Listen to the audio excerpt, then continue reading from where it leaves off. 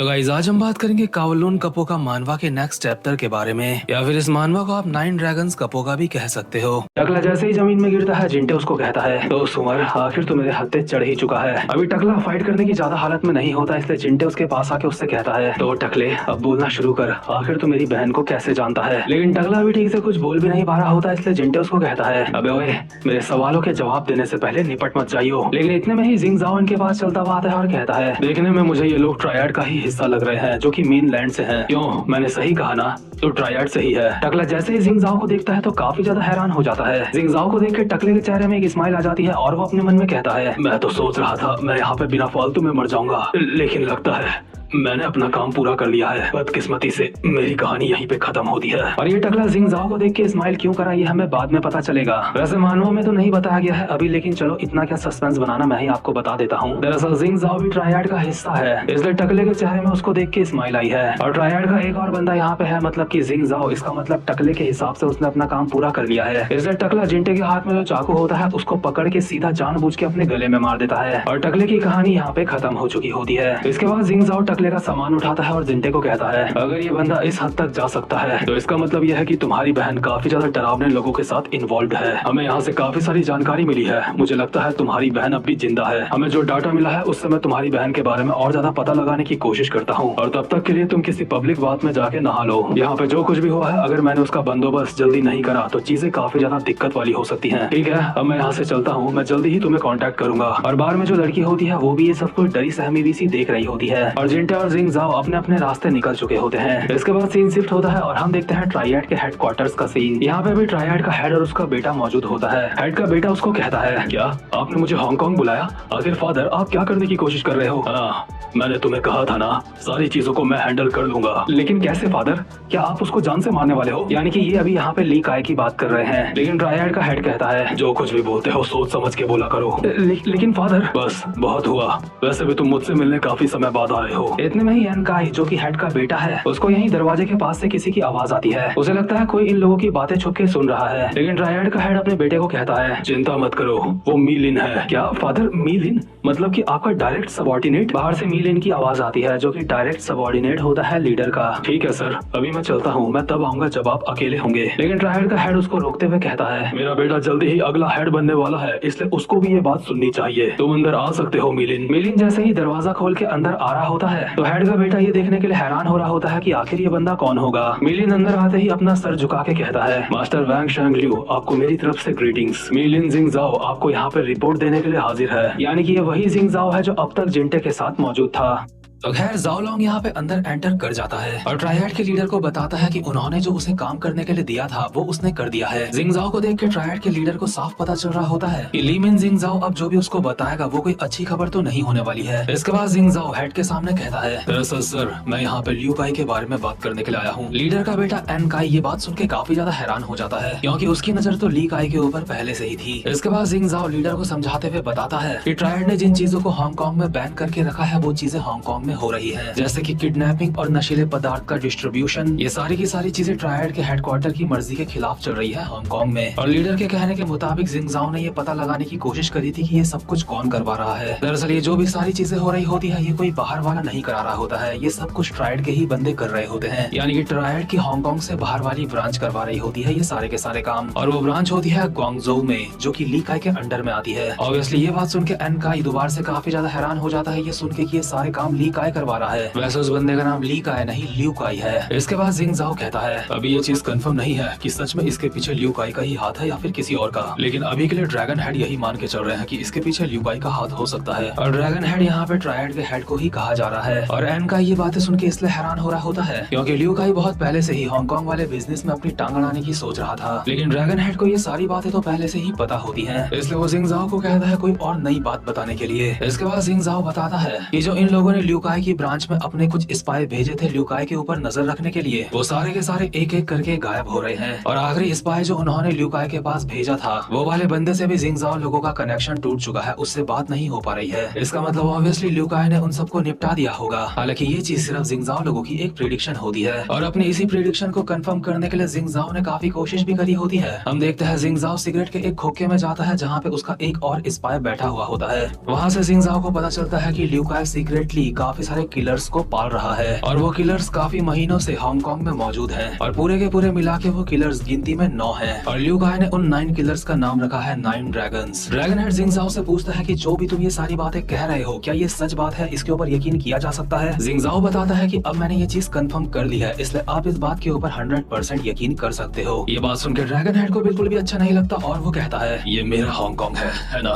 आखिर यहाँ पे ये सब कुछ क्या चल रहा है, लेकिन ये जो कुछ भी चल रहा है काफी ज्यादा इंटरेस्टिंग है। ये सारी बातें सुन के एनकाई चिल्ला के कहता है फादर वो लियू काई ये सब कुछ क्या कर रहा है, ये तो साफ साफ दगाबाजी है हमसे। आपको लियू काई को हुक्म देना चाहिए अभी के अभी यहाँ पे आने के लिए और उससे सारी की सारी पूछताछ करनी चाहिए। लेकिन ड्रैगन हेड एनकाई को शांत करवा देता है और कहता है अभी नहीं, अभी इन सारी चीजों का वक्त नहीं है। लगता है जो सांप ड्रैगन की तरह दिखता है उसको ये भ्रम हो चुका है कि वो एक ड्रैगन है। अगर अभी हम लोगों ने कोई गलत फैसला लिया तो हमारा साम्राज्य टूट सकता है और जो सांप खुद को ड्रैगन मान चुका है वो हमें काटने के लिए अपने दांत धीरे धीरे करके बाहर निकालेगा। लेकिन जितने भी टाइम में ट्रायड का हेड रहा हूँ, ट्रायड की हिस्ट्री में पहले ऐसा कभी नहीं हुआ है। एनकाई तुझे पता है कि ट्रायड की हिस्ट्री में ऐसा कभी क्यों नहीं हुआ है? क्योंकि अगर कोई सांप अपने दांत मुझे काटने के लिए बाहर निकालता था तो मैं उसके दांत पहले ही तोड़ देता था और एक टूटे हुए दांत वाला सांप सांप कहलाने के लायक नहीं होता। क्या तू समझ पा रहा है कि मैं क्या बोलना चाहता हूँ तुझसे? हाँ ड्रैगन हेड, मैं आपकी बात समझ चुका हूँ। हाँ, अगर अभी हम सबके सामने गुआंगझोउ ब्रांच के ऊपर सवाल खड़े करते हैं तो बाकी की ब्रांचेस को हमारे ऊपर ये डाउट होने लगेगा कि हम सही फैसले नहीं ले सकते जो अपनी ही ब्रांच के ऊपर सवाल खड़े कर रहे हैं। इसलिए जब तक ट्रायड का नया लीडर सत्ता में नहीं आ जाता तब तक हम चुप रहेंगे और तब तक जिंग जाओ तुम सांप के बिल का पता लगाओ। ठीक है ड्रैगन हेड, मैं आपकी बात समझ चुका हूँ। इसके बाद जिंग जाओ यहाँ से बाहर आ जाता है और यहाँ से जाते जाते अपने कोट की जेब से वो फोटो निकालता है जो जिंटे की बहन की होती है। लेकिन जिंटे ने जिस टकले को जान से मारा था वो टकला इस लड़की को बायलोंग कह के बुला रहा था और इंग्लिश में शायद बायलोंग को कहते हैं व्हाइट ड्रैगन। इसलिए जिंग जाओ ये फोटो की तरफ देखते हुए अपने मन में कहता है वो गंजा इसे व्हाइट ड्रैगन कह के बुला रहा था। क्या इसका मतलब यह है कि जिंटे की छोटी बहन 9 ड्रैगन का एक हिस्सा है? लेकिन अभी ये बात कंफर्म तरीके से नहीं कही जा सकती कि जो 9 वो किलर्स हैं यानी कि 9 ड्रैगन्स जिंटे की बहन उनका ही एक हिस्सा है, अभी ये नहीं कहा जा सकता। इसके बाद हम देखते हैं अगले दिन का सीन जहाँ पे जिंग जाओ मिलता है जिंटे से और ये दोनों के दोनों साथ में जाते हैं एक जगह जिसका नाम होता है विक्टोरिया पीक। ये एक ऐसी जगह होती है जहाँ पे लोग घूमने आया करते हैं। ये दोनों यहाँ पे एक टेबल में बैठ के आराम से कोल्ड ड्रिंक पीते हुए बात करते हैं। जिंग जाओ जिंटे को भी वो सारी बातें बताता है जो उसने ड्रैगन हेड को बताई थी 9 ड्रैगन के बारे में और वो 9 ड्रैगन ट्रायड के ही एक ब्रांच के अंडर में आते हैं और वो 9 ड्रैगन वाले लोग ट्रायड के नियमों को तोड़ रहे हैं एक तरीके से। जिंग जाओ से सारी की सारी बातें जानने के बाद जिंटे इतना समझ चुका होता है ये सब कुछ इसलिए हो रहा है ताकि नया लीडर बन सके कोई ट्रायड का और ऑब्वियसली ट्रायड का नया लीडर बनना चाहता है लियू काई, इसलिए वो कुछ प्लानिंग कर रहा है। लेकिन जिंग जाओ जिंटे को ये सारी की सारी बातें इसलिए बता रहा होता है क्योंकि उसकी बहन का इन सब से कुछ ना कुछ तो लेना देना हो सकता है। इसलिए जिंटे जिंग जाओ को कहता है तो ये कहना चाहता है वो जो 9 ड्रैगन है उन्होंने मेरी बहन को किडनैप करा है। वेल ये चीज अभी मैं कंफर्म तौर से नहीं कह सकता लेकिन उन लोगों के पास तुम्हारी बहन के बारे में कोई ना कोई तो जानकारी होगी, मुझे ऐसा लगता है। अच्छा,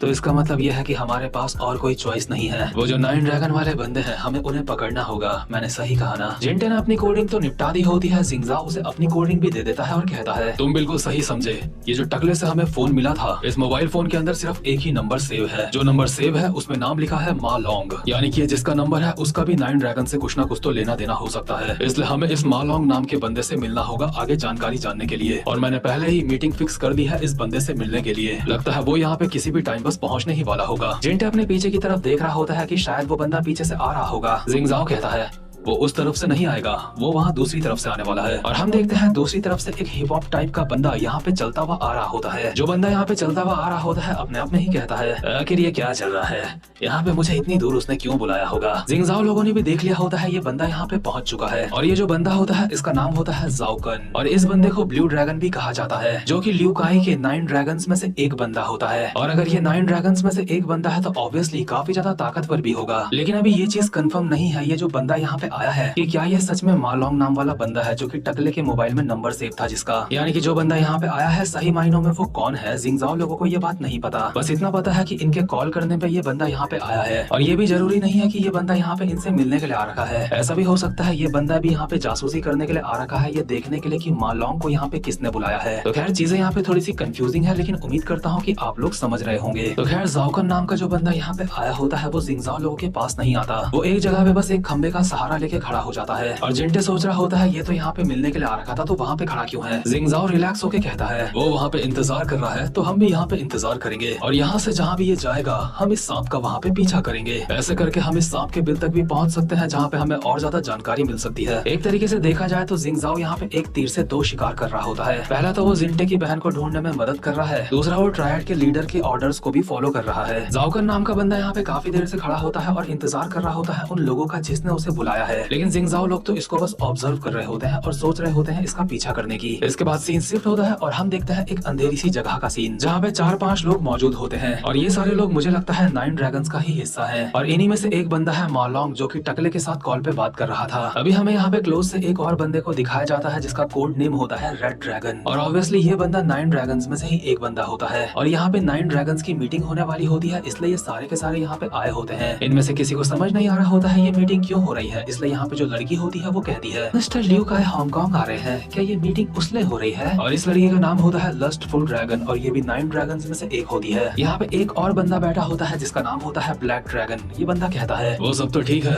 लेकिन यहाँ पे मुझे ब्लू ड्रैगन और वेव ड्रैगन दिखाई नहीं दे रहे हैं। फाइनली इसके बाद हम देखते हैं मालोंग को जिसको डीमन ड्रैगन भी कहा जाता है और ये भी ऑब्वियसली 9 ड्रैगन का एक हिस्सा है। ये कहता है वेव ड्रैगन अब मर चुका है, वो हमारे बीच नहीं है। क्या वेव ड्रैगन मर चुका है? आखिर वेव ड्रैगन को किसने मारा, वो कौन है, ये चीज हमें ठीक तरीके से नहीं पता कि उसे किसने मारा है, लेकिन एक बात तो कंफर्म है, जिसने भी वेव ड्रैगन को मारा है उसे तलाश है व्हाइट ड्रैगन के पुरानी पहचान की। क्या व्हाइट ड्रैगन की पुरानी पहचान की तलाश है? उस वक्त तो व्हाइट ड्रैगन एक बेचारी सी लड़की थी है ना, जो कि गुलाम थी। आखिर कोई इंसान ऐसी पुरानी पहचान को क्यों ढूंढना चाहता होगा? हमें इस बारे में अभी कुछ नहीं पता कि वो उसे क्यों ढूंढना चाहता है। जो लोग व्हाइट ड्रैगन को ढूंढ रहे हैं आखिर वो कहाँ है? वो जो भी लोग हैं उन्होंने वेव ड्रैगन के मोबाइल से हमारे साथ एक मीटिंग फिक्स करी है, इसलिए हमें वहाँ पे जाके देखना होगा कि वो लोग कौन हैं। इतने में ही यहाँ पे आता है जाओकन, यानी कि वही पीले बाल वाला बंदा जिसे हमने थोड़ी देर पहले देखा था। जाओकन यहाँ पे आके कहता है जो भी लोग हमसे मिलना चाहते हैं उनसे मिलने के लिए मैं जाऊंगा, मैं देखना चाहता हूँ आखिर वो लोग कौन है। लेकिन डीमन ड्रैगन यानी कि मालोंग को ये चीज के ऊपर डाउट होता है कि जो लोग 9 ड्रैगन से मिलना चाहते हैं हो सकता है वो ट्रायड की हांगकांग वाली ब्रांच से हों, इसलिए मालोंग जाओकन के पास एक डिब्बी पकड़ाता है और कहता है कि अगर वो लोग हांगकांग वाली ब्रांच से हुए ट्रायड की तो ये डब्बी तुम उन लोगों के पास पकड़ा देना,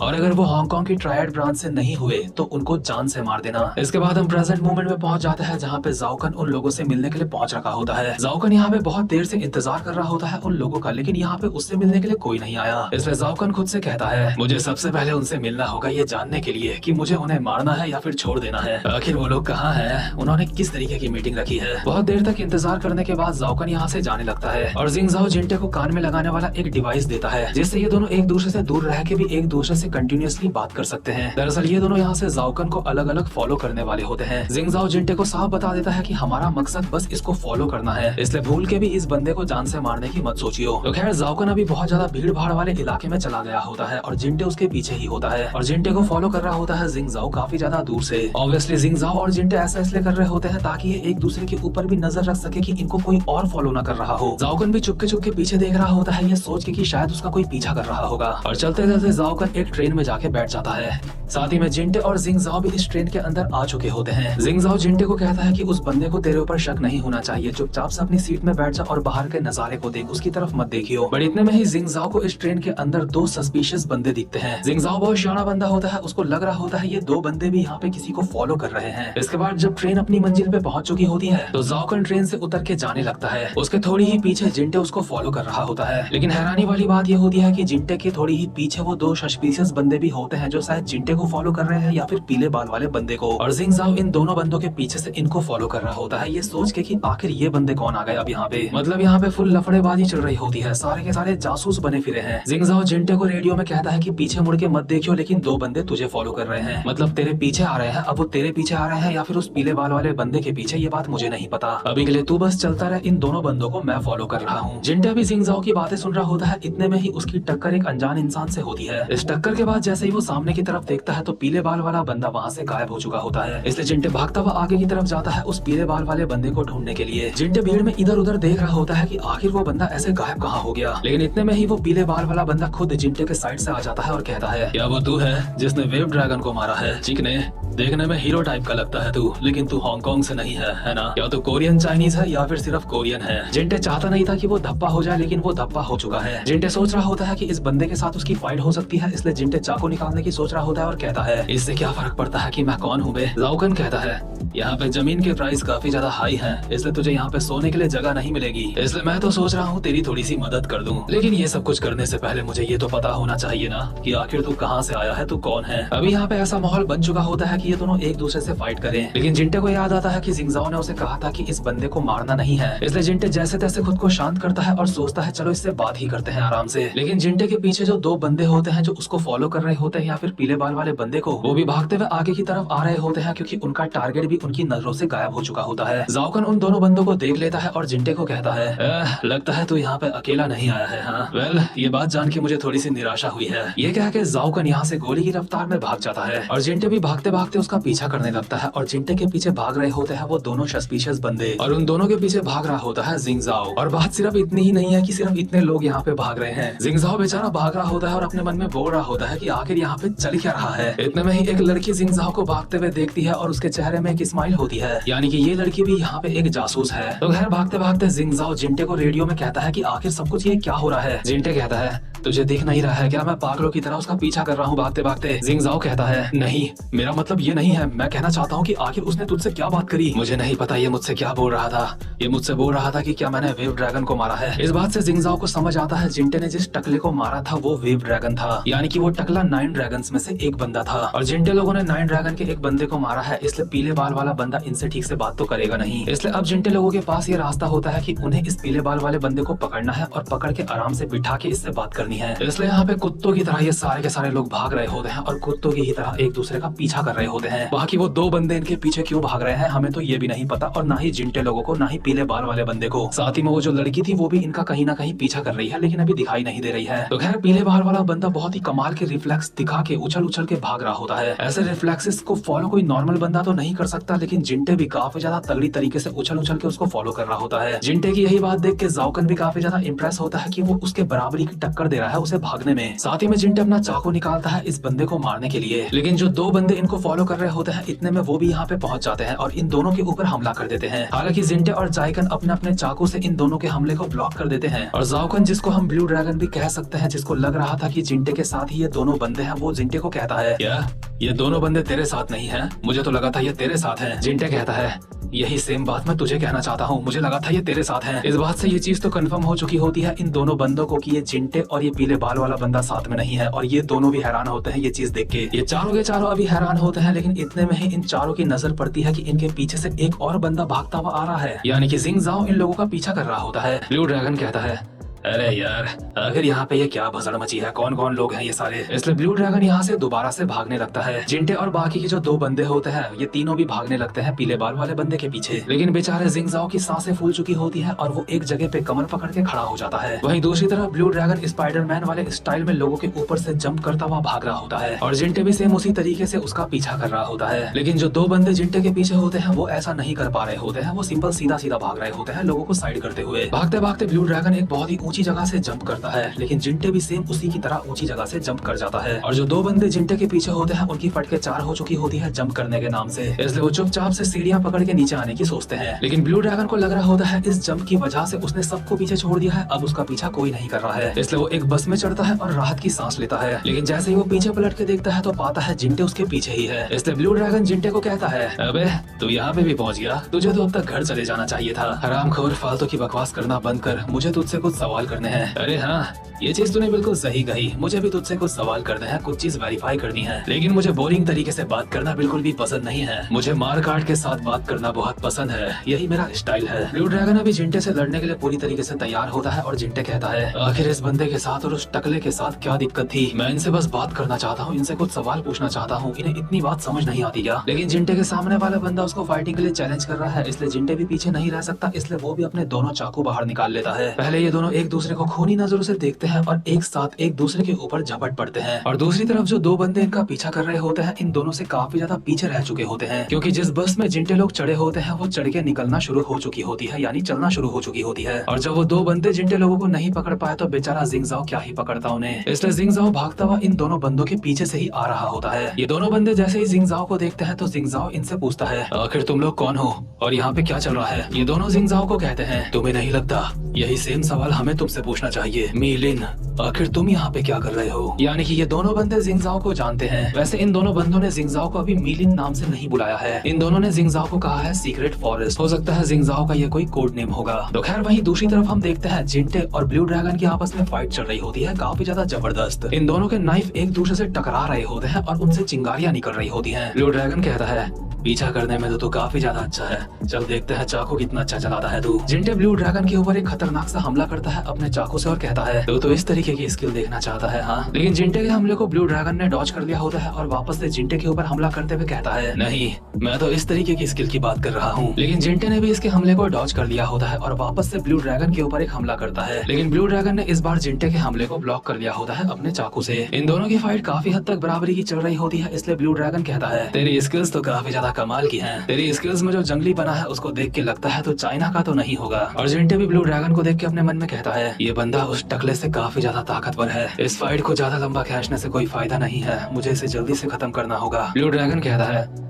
मुझे फीलिंग आ रही है कहीं तू रशिया से तो नहीं है। जिंटे वैसे होता तो रशिया से ही है, लेकिन आपको बता दूं जिंटे नाम एक कोरियन नाम है। बाकी जब जिंटे भोला भाला था तो पता नहीं कैसे किडनैप विडनैप होकर रशिया पहुंच गया था। लेकिन अभी मेन बात यह है कि इन दोनों के पंगे दोबारा से स्टार्ट हो चुके होते हैं। इन दोनों की फाइट काफी ज्यादा खतरनाक चल रही होती है। इनके चाकू एक दूसरे से बार बार टकराए जा रहे होते हैं और बस में जो पैसेंजर होते हैं उनकी फटके चार हुई होती है। लेकिन बस का ड्राइवर मस्त गाने सुनते हुए आराम से बस को चला रहा होता है, उसको कोई अंदाजा नहीं होता कि पीछे क्या हो रहा है। बस ड्राइवर अचानक से बस को घुमा देता है, जिस वजह से जिंटे और ब्लू ड्रैगन का बैलेंस बिगड़ जाता है। लेकिन ये दोनों अपने अपने चाकू को एक जगह पे फंसा के खुद को गिरने से रोक लेते हैं और ऐसी ही हालत में ये दोनों एक दूसरे के लाते बजा देते हैं। बस के इस तरीके से मुड़ने की वजह से जो बेचारा एक पैसेंजर होता है उसका बैग गिर के नीचे आ जाता है और ब्लू ड्रैगन उस बैग को उठा के जिंटे के ऊपर फेंक देता है। ये बैग जैसे ही जिंटे के मुंह के ऊपर गिरने वाला होता है तो इस बैग के पीछे से उछल के आता है ब्लू ड्रैगन और एक लात मारता है जिंटे के ऊपर। हालांकि जिंटे ने इस लात को ब्लॉक कर लिया होता है, लेकिन उसके बावजूद भी फोर्स की वजह से जिंटे पीछे जाता है। इसके बाद ब्लू ड्रैगन रुक जाता है और कहता है, लगता है जान पहचान के लिए इतना काफी होगा,